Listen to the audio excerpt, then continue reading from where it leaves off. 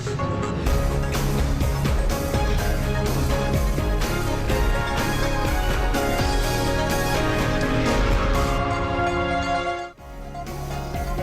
apa kabar? Pandemi COVID-19 selain memukul sektor kesehatan juga telah merobohkan perekonomian dunia. Untuk itu, program-program pemulihan perekonomian gencar dilakukan agar seluruh sendi kehidupan bisa kembali normal.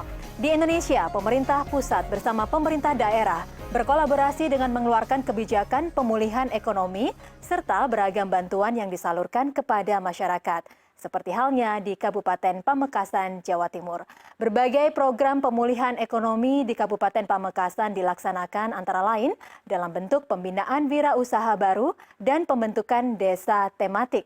Nah, untuk mengetahui lebih banyak mengenai program pemulihan ekonomi di Kabupaten Pamekasan, saya sudah bersama dengan Bupati Pamekasan, Bapak Badrut Tamam. Halo Pak, Assalamualaikum. Assalamualaikum warahmatullahi. Kadipoh napa kabar? Bener nggak Pak? Betul. Jawabnya gimana Pak? Itu alhamdulillah Oke. saya itu baik. Baik ya, Ya. sehat lah ya Pak ya, Ya, begitu. alhamdulillah Ini senang sehat. sekali saya melihat penampilan Pak Bupati hari ini. Ini kalau nggak salah batik-batik dari Madura ya Pak ya? Ya, dari Pamekasan. Wow, oke. Di Pamekasan punya batik tulis.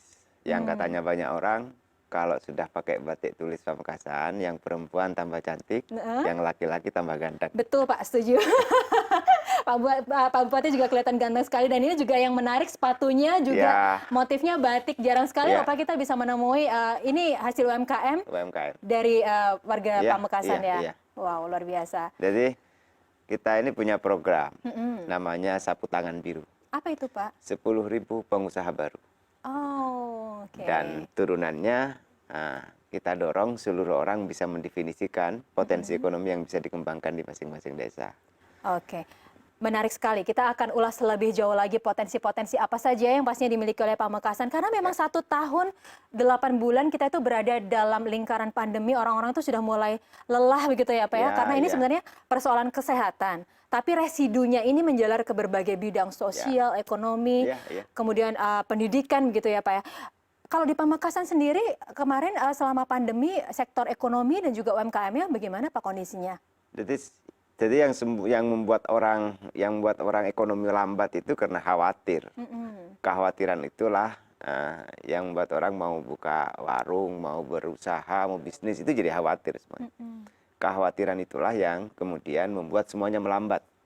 Ekonomi melambat, pendidikan menjadi orang mau memasukkan anaknya tatap muka juga khawatir, Iya. gurunya juga khawatir. Dan kekhawatiran itulah yang kemudian menjadi sumber utama dari melambatnya ekonomi semua sektor. Dan kekhawatiran itu disebabkan oleh pandemi. Iya. Pandemi mengakibatkan kekhawatiran mengakibatkan semua sektor jadi terhambat. Nah, pemerintah di Kabupaten Pamekasan ini kebetulan saja sebelum pandemi ada itu sudah beberapa program kita ini misalnya ekonomi yang berangkat dari bawah. Kesehatan kita ini sudah Pamekasan Call Care. Orang bisa telepon dari rumah berkonsultasi tentang kesehatannya dan diterima oleh kayak halo dokter tapi gratis. Terus yang butuh layanan kesehatan sudah bisa dijemput. Sehingga dari kondisi psikologi orang yang khawatir itu akhirnya orang menemukan solusi. Konsultasi kesehatan kemana? Ke Pamekasan Call Care. Terus kemudian butuh di bulan Juni Juli kemarin itu lonjakannya luar biasa itu orang butuh oksigen kemana? Ke Pamekasan Call Care. Orang butuh antar jemput untuk layanan kesehatan itu kemana? Ke Pamekasan Call Care. Tetapi di luar itu semua, di luar layanan yang sudah kita siapkan dari awal itu, kita ini pemerintah daerah itu bertemu dengan hoak. Jadi beban pemerintahan itu jadi dua. Yang pertama itu mengedukasi, yang kedua itu melawan hoak. Hoak itu yang menurut saya tidak mudah. Iya. Karena hoak itu targetnya 3. Yang pertama itu orang ragu, tidak percaya dan melawan. Nah, kalau sudah sampai di tahap yang melawan itu menjadi semakin berat beban pemerintah untuk mengedukasi masyarakat akan pentingnya kita protokol kesehatan di saat pandemi.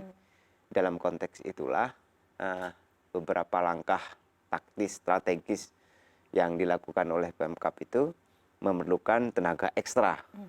Bahkan beberapa orang mengatakan ke saya extraordinary. Berjuang memastikan bahwa seluruh elemen masyarakat terselamatkan dari pandemi dengan menggunakan protokol kesehatan. Di sisi yang lain, ini ada orang yang tidak percaya tentang pandemi ini. Sehingga itulah yang menjadi perjuangan yang ekstra itu. Dan di pihak yang lain, negara Indonesia, pemerintah provinsi dan kabupaten itu tidak memiliki pemahaman, pengalaman bukan pemahaman, tidak memiliki pengalaman yang cukup dalam tentang pandemi. 2020 kita dihadapkan pada pandemi dan semua kita harus siap. Di tengah-tengah kita harus siap siaga berjuang mengedukasi. Hoax masuk kemana-mana nih. Itu yang menjadi beban berat bagi pemerintah di daerah. Tapi ini luar biasa sekali bagaimana langkah taktis yang dilakukan oleh Bapak dan juga seluruh jajarannya, karena saat ini pun sudah masuk ke PPKM di level 1 ya Pak ya? Iya. Itu strategi apa saja yang sudah dijalankan selama ini Pak? Yang pertama, edukasi tetap, tracing tetap harus dilakukan. Terus kemudian yang kedua, memastikan bahwa semua orang itu sudah harus divaksin, tetap harus terus kita lakukan. Kita ini vaksinnya itu istirahatnya ya hanya pas jam 9 malam saja. Dari pagi sudah harus vaksinasi. Karena itu bebannya itu, beban yang pertama beban edukasi. Kalau edukasi ke orang, kita vaksin ini penting untuk jaga kesehatan. Kita vaksin penting untuk memberikan herd immunity. Masyarakat yang berpendidikan bagus itu mesti oke.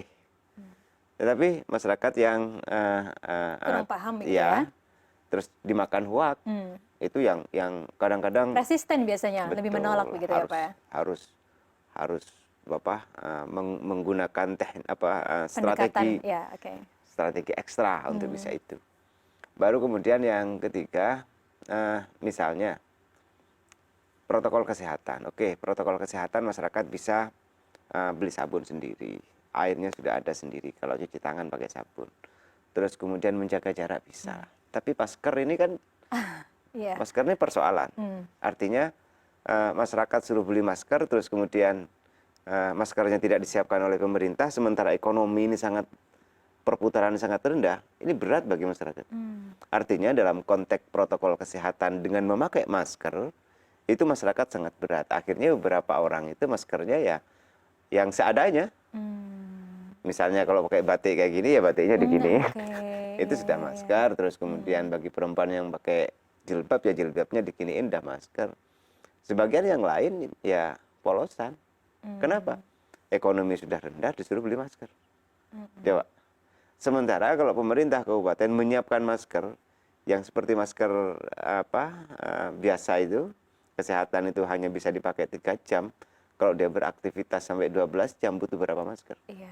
Itulah yang kemudian menjadi tanggung jawab berat pemerintah di kabupaten, sehingga edukasi masyarakat itu ya menjaga jarak dan cuci tangan. Pakai masker itu mau kita misalnya yang tidak pakai masker di desa-desa itu harus bayar denda misalnya. Beli masker aja gak kuat, apalagi bayar denda. Apalagi didenda begitu ya Pak ya. Berarti memang harus ada. Kemudian membuat tugas pemerintahan di kabupaten berat sekali. Iya, yang pasti harus ada pendekatan yang harus dilakukan secara terus-menerus begitu ya Pak ya. Apalagi memang kalau sekarang meskipun kondisinya sudah landai gitu ya, ada di PPKM level 1, tapi yang pasti masyarakat harus terus disiplin pastinya, supaya ekonominya bisa kembali bangkit dengan cepat. Baik, nah kita akan mengulas seperti apa potensi-potensi ekonomi Pak di Pamekasan di segmen selanjutnya. Pemirsa jangan kemana-mana, kami akan segera kembali sesaat lagi. Tetaplah bersama kami.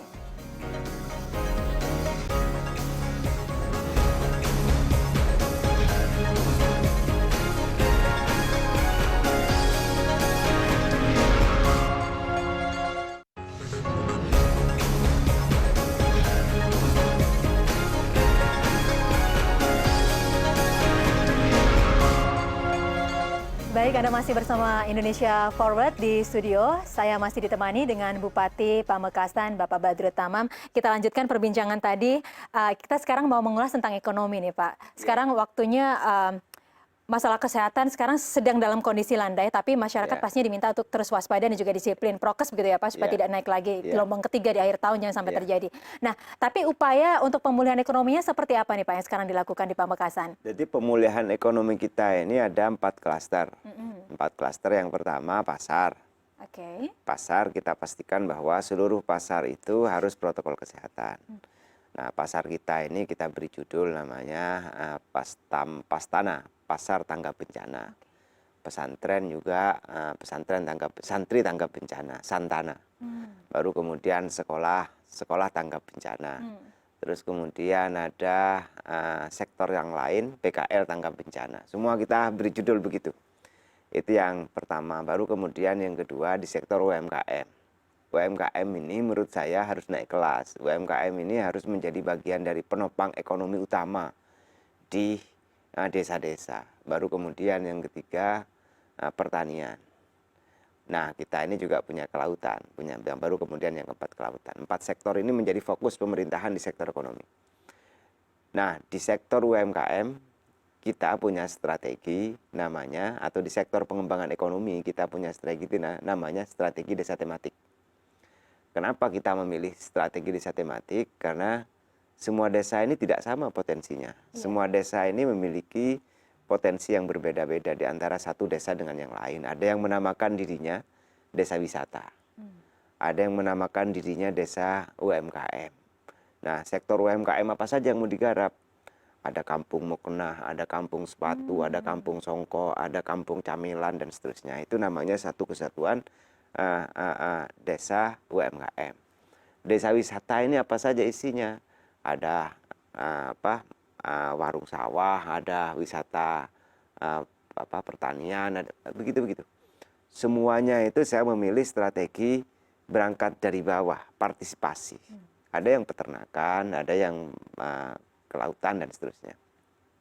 Kenapa saya memilih strategi desa tematik untuk mendorong pertumbuhan ekonomi di desa? Karena menurut saya kalau semua desa itu makmur, ya Pamekasan udah makmur. Iya. Kalau Indonesia kalau semua desa di Pamekasan sudah sejahtera, ya Pamekasan sudah hebat. Artinya memulai bagaimana kebijakan pemerintah itu tidak hanya ada di desa, tapi ada di rumah, masuk ke rumah-rumah. Caranya untuk kemudian bisa masuk ke rumah-rumah adalah mendorong partisipasi aktif dari masyarakat. Sehingga pembangunan itu bukan top down, tapi bottom up, dari bawah. Kira-kira anak-anak muda ini pengen apa? Saya pengen di sini ada pelatihan. Oke, kita latih. Pelatihan apa? Pelatihan untuk buat sepatu. Oke, kita latih buat sepatu. Tetapi jangan buat sepatu yang mainstream dong. Buat sepatu yang anti mainstream. Buat sepatu yang sekiranya orang jadi tertarik untuk bisa membeli. Akhirnya ketemu rumus sepatu batik. Karena di Pamekasan ada batik. Seperti yang Bapak kenakan saat ini. Saya ya, kemana-mana Pak, selalu pakai sepatu batik. Kenapa saya memilih pakai sepatu batik? Karena kalau saya tidak bangga pada produk sendiri, terus siapa yang mau bangga? Akhirnya kemarin ada momentum MTQ di Kabupaten Pamekasan. Alhamdulillah sepatu batik ini menjadi bagian yang idol dari seluruh peserta MTQ. Saya lebih cenderung memilih cara berpikir yang anti mainstream, yang out of the box. Karena mengelola pemerintahan itu kalau cara berpikirnya biasa begitu, itu ya tidak mungkin lah kita akan menjadi kabupaten yang bisa berdaya saing dengan kabupaten maju di Indonesia. Kita ini ingin berikhtiar bagaimana Pamekasan yang kabupaten dari 4 kabupaten di Madura ini, yang pertama kita dorong spirit Maduranya nih. Spirit Madura ini kan luar biasa, etosnya bagus, komitmennya kuat, persaudaraannya kuat. Kita dorong bagaimana etos Madura ini dengan segala yang kita miliki itu bisa mendorong ekonomi bangkit. Saya yang kebetulan dipilih oleh masyarakat untuk menjadi Bupati Pamekasan, bagaimana fokus di Pamekasan ekonominya bangkit dari semua sektor. Nah, di sektor pertanian kita punya namanya call hand traktor. Apa itu, Pak? Call hand traktor itu kita sekarang sedang percobaan di 3 kecamatan. Semua rumah orang yang tidak mampu, yang punya tanah lokasi terbatas, kita tempel stiker. Di musim tanam, kira-kira kalau Anda butuh layanan sawah digarap gratis, ya tinggal telepon. Telepon nomor itu akan ada petugas datang, digarap sawahnya gratis. Baru tidak hanya itu saja, dibantu pupuknya, dibantu bibitnya. Sehingga kehadiran pemerintahan, kehadiran negara itu tidak hanya hadir di proses perbaikan jalan saja, tetapi hadir di rumah orang-orang yang membutuhkan kehadiran pemerintah. Kalau kemudian pupuknya sudah gratis, garap sawahnya sudah gratis, terus kemudian bibitnya gratis, berarti kalau mendapatkan pendapatan hasil pertaniannya utuh. Tidak dipotong biaya pengeluaran itu.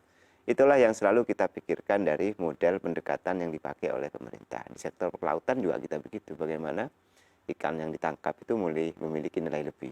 Ada yang dibuat makan sambal terus kemudian ada yang buat deng ikan laut, ada yang dibuat abon ikan laut. Cara begitulah yang dilakukan oleh kita. Berarti di sini desa UMKM sektor kelautan. Itu cara kita untuk mendorong. Baru kemudian setelah itu gimana nih caranya? Orang sudah dilatih buat dendeng, buat ini, buat abon. Orang kan mesti berpikir, ini mesinnya dari mana kita ini? Ini udah bisa nih buat abon, mesinnya dari mana? Ya kita bantu mesin sesuai dengan kebutuhannya. Uangnya dari mana untuk bantu mesin? Sementara pemerintah ini kan sekarang juga terbatas ekonominya karena untuk BTT, bantuan tidak terduga yang untuk beberapa kegiatan vaksinasi ini. Kita mintakan ke CSR. CSR bantu alatnya, alat produksinya. Terus setelah itu Pak Bupati, ini saya sudah bisa produksi, sudah pinter, sudah bisa punya mesin. Modalnya dari mana nih? Iya benar. Untuk beli kalau bahan-bahan kalau misalnya sepatu beli mana nih? Bahan sepatunya beli mana, lemnya? Kita beri pinjaman modal. Dari dana channeling pemerintah dengan Bank BPR dengan bunga 1% setahun. Bukannya 6% ya Pak harusnya kalau untuk pinjaman? Kita buat 1%. Artinya ada bantuan atau? Nggak ada. Nggak ada bantuannya. Bantuannya ya bunga itu 1%. Jadi kalau pinjam dan ini skema pinjamannya berbeda dengan yang lain. Jadi kalau pinjamannya bunganya 1%, biasanya kalau bunga yang konvensional itu kalau pinjam 10 juta jaminan 20 juta. Kita jaminan cukup 30%. Untuk siapa? Karena kalau rakyat kecil mau berusaha, berbisnis, terus kemudian harus diberi tanggungan 200% dari jumlah pinjaman, baru kemudian 6% dari jumlah harus bayar bunga, itu rasa berat. Saya ingin masyarakat menjalankan bisnis dengan pinjaman, dengan meminjam modal itu, dia merasa tenang. Karena orang itu kalau sudah tenang, bahagia.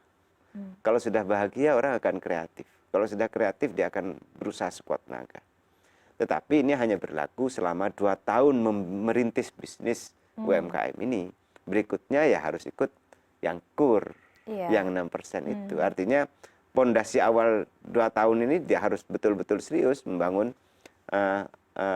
pondasi UMKM-nya. Baru kemudian setelah punya produk, ini gimana Pak? Ini sudah ada produk, mau dijual di mana nih? Nah, kita ini buat Wamira namanya. Wamira ini warung milik rakyat, Wamiramat. Itu tahun ini sudah. Baik Pak, saya ingin tahu lebih jauh lagi, ini bagaimana stimulus yang diberikan oleh pemerintah di Pamekasan untuk membantu masyarakat dari hulu sampai ke hilirnya. Kita akan lanjutkan saat lagi ya. Dan pemirsa jangan kemana-mana, perbincangan kami dengan Bupati Pamekasan akan kami lanjutkan sesaat lagi. Tetaplah bersama kami.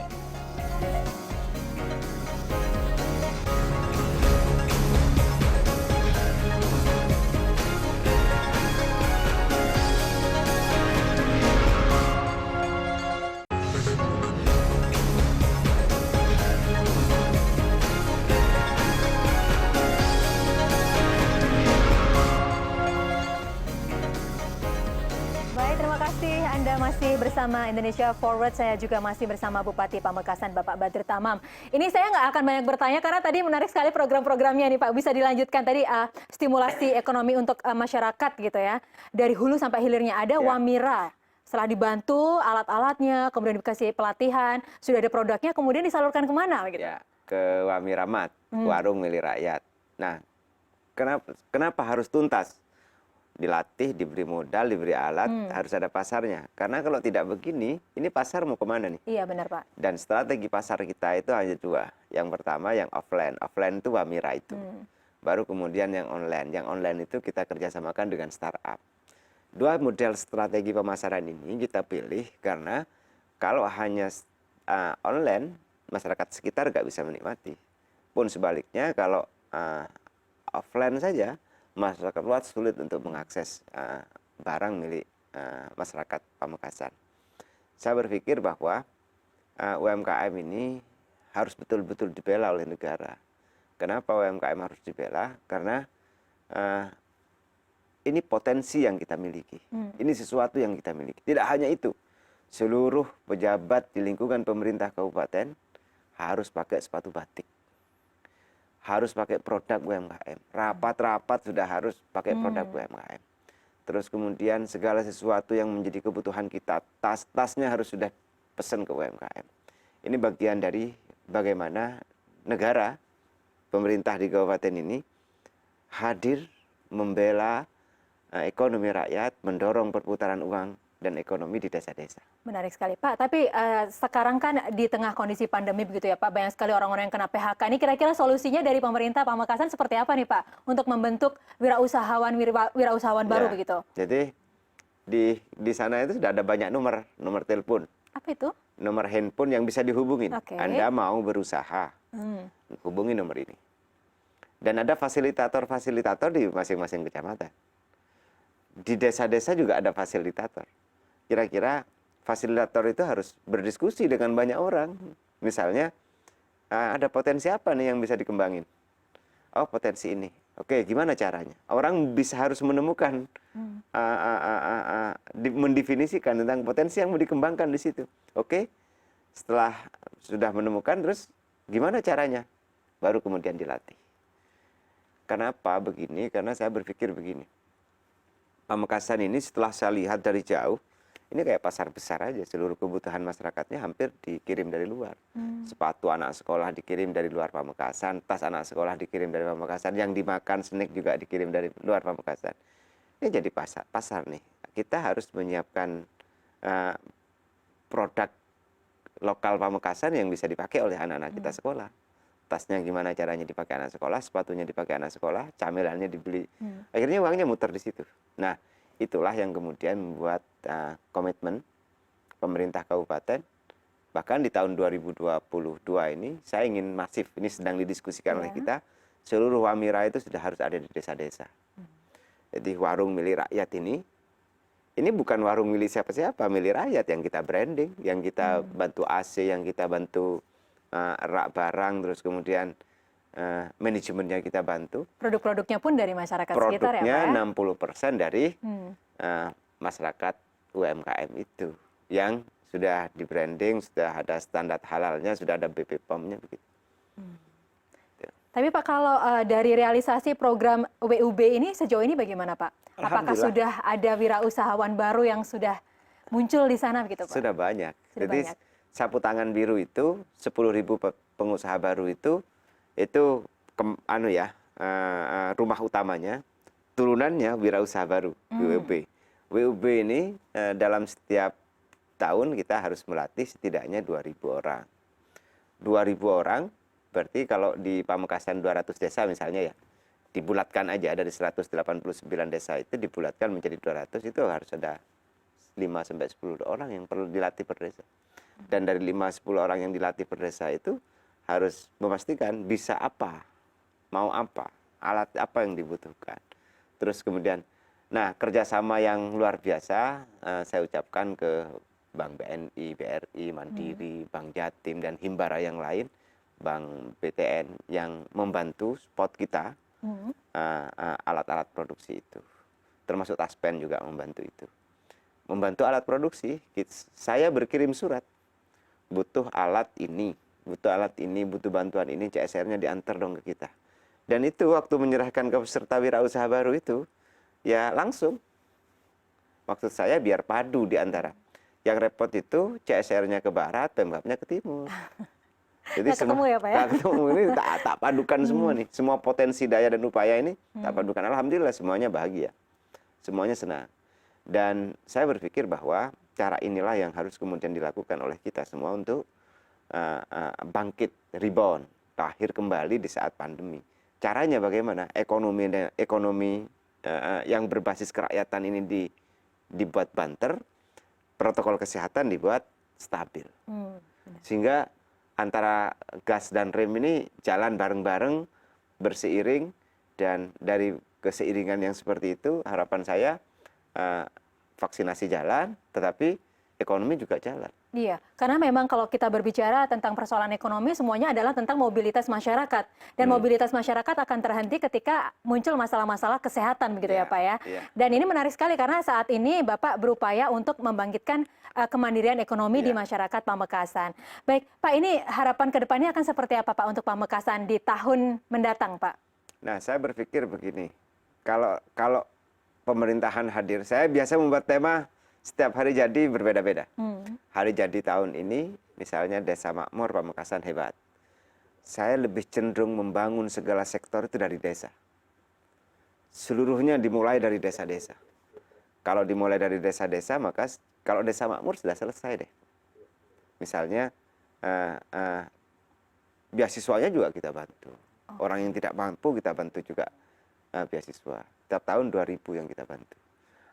Layanan kesehatan semua rumah di kabupaten, coba bayangin, semua rumah di Kabupaten Pamekasan ada 260.000 rumah, kita tempel stiker. Stiker kali kata-katanya Anda sakit, konsultasi ke nomor ini. Artinya tidak hanya ekonomi yang kita dorong, kesehatannya juga kita fasilitasi, beasiswanya juga kita fasilitasi. Dari ketiga sektor inilah yang kemudian dalam pikiran saya harus padu, tidak ada yang lebih terhormat di antara kita, antara bupati, camat, kades, dan seluruh staf. Tidak ada yang lebih terhormat. Yang lebih terhormat itu adalah orang yang bisa sungguh-sungguh profesional menjadi pelayan rakyat yang benar. Menjadi orang yang senantiasa mendorong akses informasi, akses program yang bisa dinikmati oleh seluruh elemen masyarakat. Itu menjadi bagian dari cita-cita utama saya ketika saya dilantik. Pikiran sederhana saya, jabatan ini hanya alat perjuangan. Jabatan ini alat pengabdian. Karena alat perjuangan dan pengabdian, maka jadi bupati tidak untuk gagah-gagahan. Jadi bupati ini untuk memberikan pelayanan. Maka karena mau membuat pelayanan yang baik kepada seluruh elemen masyarakat, antara kepala, tangan, tubuh, dan kaki ini sama. Yang saya biasa sebut the dream team. Tim impian menuju Pamekasan berdaya saing dengan kabupaten lain di Indonesia. Iya Pak, semoga cita-cita ini terwujud ya Pak. Apalagi seperti yang kita ketahui BPS saja menyatakan ada 64 juta UMKM di Indonesia. Ini semoga nanti akan UMKM dari Pamekasan ini juga bisa unggul begitu ya Pak ya. Bisa go internasional begitu kita harapkan bersama ya Pak ya. Karena kalau kita lihat dari Bapak stylenya aja ini semuanya dari Pamekasan loh. Ini menarik sekali. Batik Pamekasan. Batik Pamekasan. Baik, matur kelangkong. Matur kelangkong. Benar ya Pak ya? Terima kasih banyak sudah hadir bersama kami ya Pak. Sehat selalu. Semoga lain kesempatan saya bisa hadir ke sana Pak di Pamekasan. Harus ke Pamekasan. Baik, terima kasih banyak ya Pak ya. Sampai ketemu lagi. Dan demikian Indonesia Forward kali ini. Semoga dialog ini bisa membuat lebih banyak tahu mengenai Kabupaten Pamekasan dan kegiatan-kegiatan pemulihan ekonomi di sana. Saya ucapkan terima kasih atas kehadiran narasumber hari ini. Salam sehat, sampai jumpa.